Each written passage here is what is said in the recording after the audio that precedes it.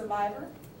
Praise God. Just like all of us, yes, Lord, yes, Lord. Everybody here tonight is a survivor. Everybody involved with the show is a survivor, so I'm really excited and thankful for that.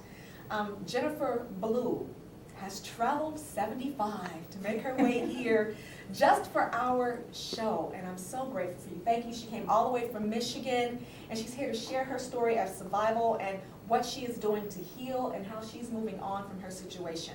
So thank you, thank you, thank you, Jennifer Blue. Thank you. I'm so excited to be here. Oh, I'm glad, and I'm glad you made it. You had a safe trip, no problems on the roadways or Smooth anything sailing like that. the entire way. That's what I'm talking about. God had the angels around me. Yes, he did. Yes, he did. So you are a playwright. Yes.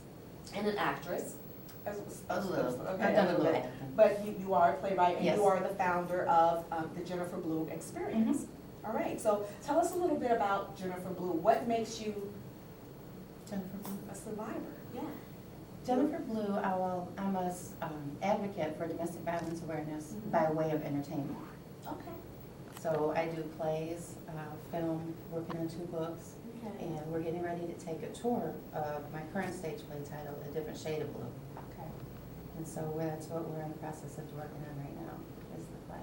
Okay. So a different shade of blue is about your life. It's about your story of survival. It's based on events Okay. of my story. Okay. All right. It's, Share a little bit of your story with us. I mean, you are a survivor of domestic violence, correct? yes. And how long were you a victim? I was a victim from the time well, we met when I was 18, and I didn't leave till my early 30s. And I know a lot of people are probably wondering, why did she stay so long? Dr. Akita said something that was so relevant, you know, and being a survivor myself, I love to hear other people say the same thing, because it lets me know I wasn't alone. I'm not alone. And I stayed so long because I didn't really think I was a victim of domestic violence. But did you know something was wrong? I knew something was wrong, but I was just like, you know, oh, we had a fight. And it was kind of bad, but, you know, he apologized. He'll never do it again. And it took me a while to really realize that, you know, I don't deserve this. This is not normal. This is not a healthy relationship.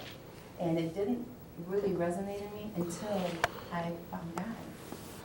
And God showed me the strength I had inside of me the entire time. So once, you know, I developed that relationship with God, and, you know, greater is He that's in me than he that's in the world. Oh, it was on and popping after that, because it was a whole new Jennifer. So that's what it really took for me to get that strength, to start to develop the strength. Now, when you gave your life to Christ and you found God, were you were still in that Yes. situation? Yes. And how did that turn things around? Was your abuser, I mean, did he acknowledge that and he back off some? Absolutely Or what happened? not. It got worse. You know, he wasn't the type that would just come home every day and beat me up. You know, it usually started with an argument, and then it got worse. You know, it wasn't just because he was just angry inside, because he cheated on me a lot. And so when he would get caught, it turned into an argument, and then it would turn physical. It would turn verbal. It would get really bad at that time. So once I gave my life to God, it was like the enemy was mad.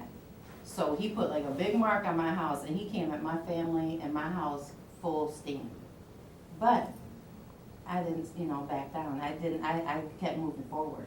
So then the enemy got mad. And then, you know, he backed off a little bit. And then my husband at the time started coming to church. And so I'm like, praise God, you know, it's about to get better. But then, you know, he's still to this day, he goes to church, not as much as, you know, he should. But, you know, at least he does go. And he's actually, at this point, taking responsibility for what he's done to me. And accountability. And that is so important. Yes, That's one of yes. the things that helps us with our healing. That's a part of what the K.A.S.I.E project does as well, because we invite abusers to come on the couch and to share as well. And what it does is it gives them an opportunity to talk about where that came from in them, the situations that they went through, which got them to the point where they were abusers. I mean, if you may not know, a very large percentage of abusers were formerly abused. They were victims. And so they just turn around and end up recreating and demonstrating the things that they experienced in their lives. So we do invite abusers to come on the couch as well, which is a healing mechanism for us as survivors, because we need to hear our abuser take accountability for what they did to us, whether it was a male or a female.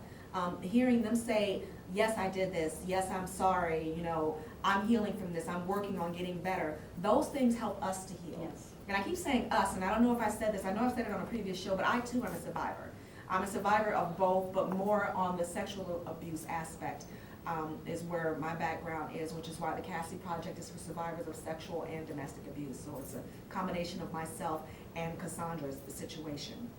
I just wanted to share that. Okay, so back to Jennifer.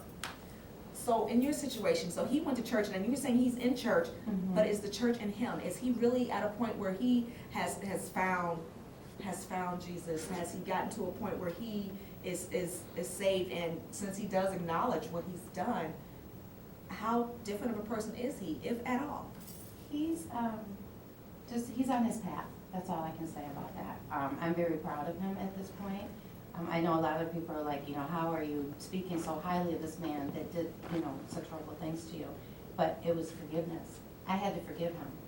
And once you let that, you know, once you forgive, it's like the whole world's just been lifted off your shoulders. Now, how important is it that you do that? Because sometimes it's difficult, you know, for people to forgive. They say forgive, and you're like, what? Forgive him? He did this, that, and the other. Ain't no way, you know. And it's definitely important It's for so us to do key. so.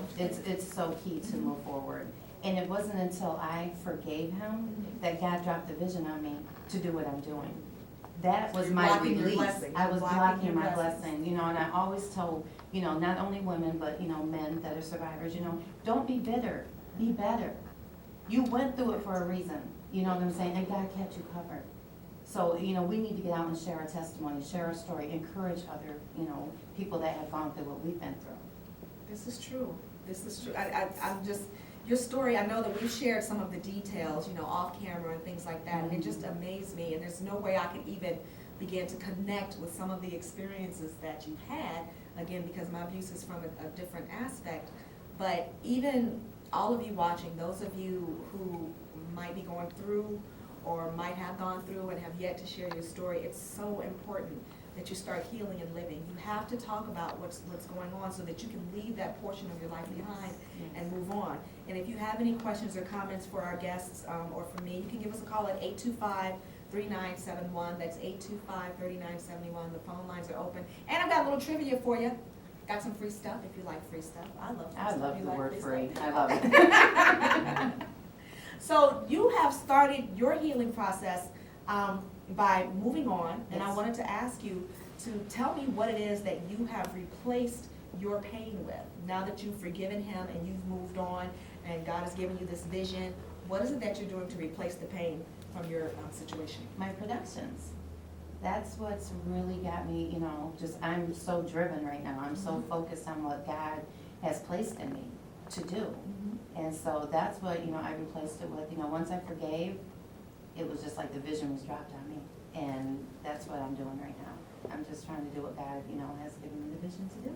You know what I noticed as far as the K.A.S.S.I.E project has developed, how many survivors are in the arts? Wow.